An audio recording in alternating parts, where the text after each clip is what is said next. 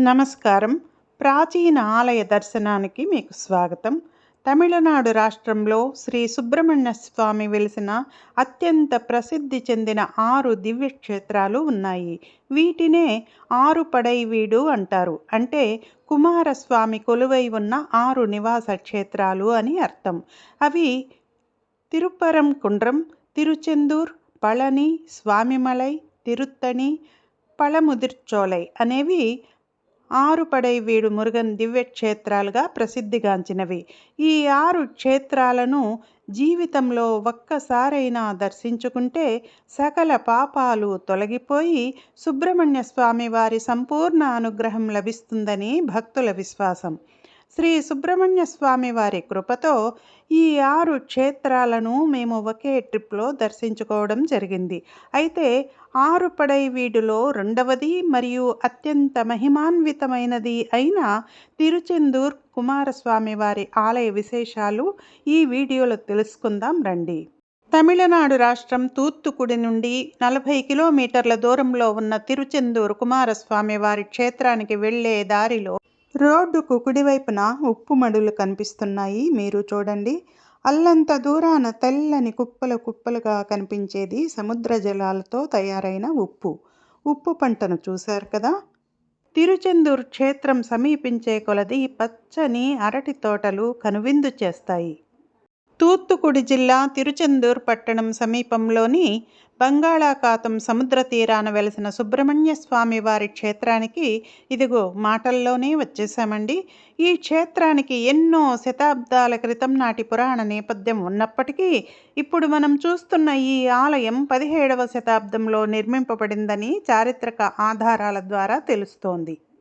సాధారణంగా సుబ్రహ్మణ్య స్వామి వారి ఆలయాలు అన్నీ కొండపైనే వెలసి ఉంటాయి. అయితే తిరుచెందూర్ కుమారస్వామి వారి ఆలయం మాత్రం సముద్ర తీరంలో వెలిసిన అత్యంత సుందరమైన ఆలయంగా ప్రసిద్ధిగాంచినది. తిరుచెందూర్ ఆలయ పరిసరాల ప్రకృతి దృశ్యం ఎంత అందంగా, ఆహ్లాదకరంగా, భూలోక స్వర్గంలా అలరారుతూ ఉంటుందో, ఈ ఆలయంలో నెలవై ఉన్న బాలమురుగన్ విగ్రహమూర్తి కూడా ముగ్ధ మనోహర రూపంతో జ్ఞానకాంతితో ప్రకాశిస్తూ దర్శనమిస్తాడు. తిరుచెందూర్ మురుగన్ ఆలయంలో జరుపుకునే ముఖ్యమైన పండుగలలో స్కందషష్ఠి ఒకటి.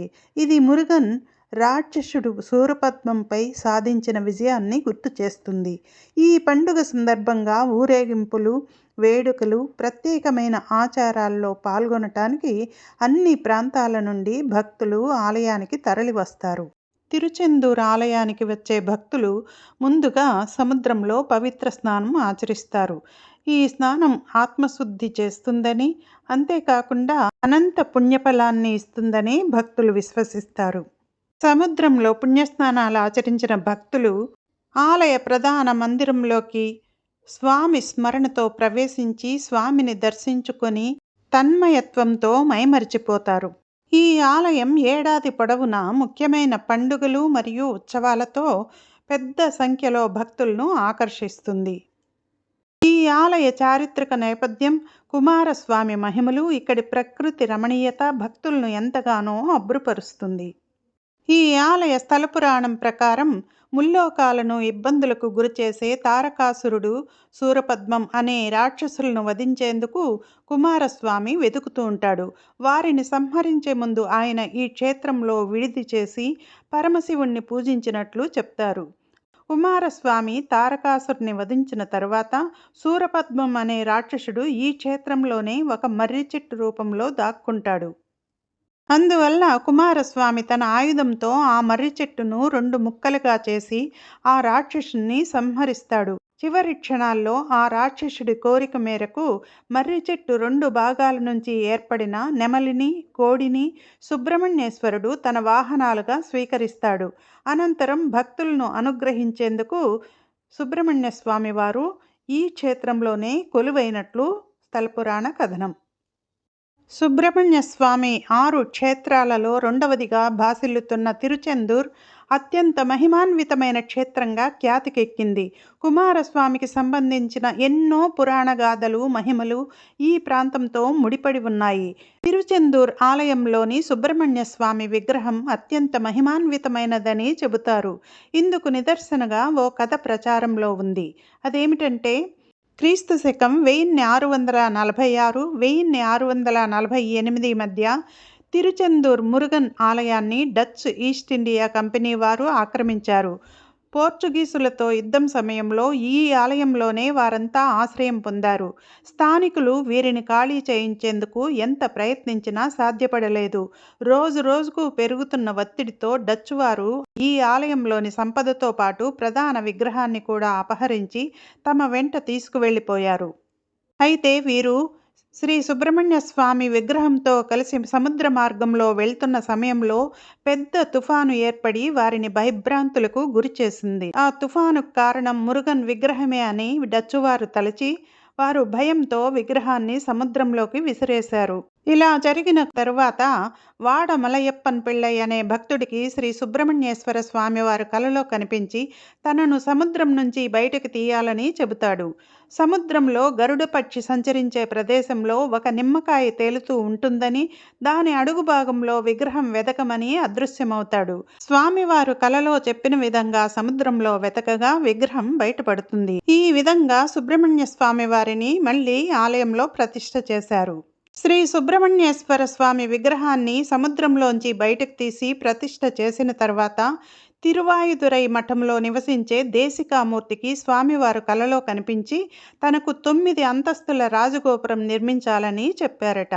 పేదవాడైన దేశికామూర్తి ఆలయ నిర్మాణం కోసం పనిచేసే కూలీలకు ధనం ఇవ్వలేక బదులుగా స్వామివారి విభూతిని పంచేవాడట.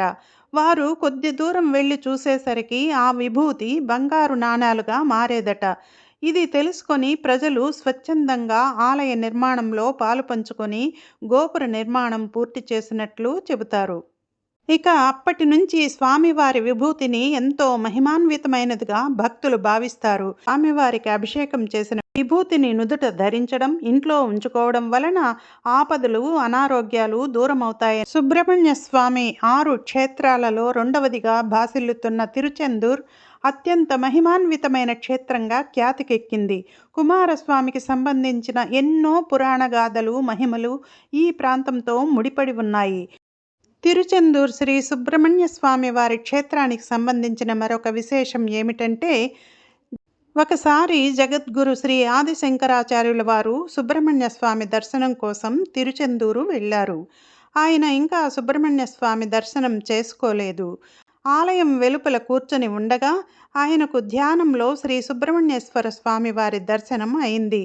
వెంటనే శంకరాచార్యుల వారు సుబ్రహ్మణ్య భుజంగ స్తోత్రాన్ని ధ్యానంలోనే ఆసువుగా చెప్పారు.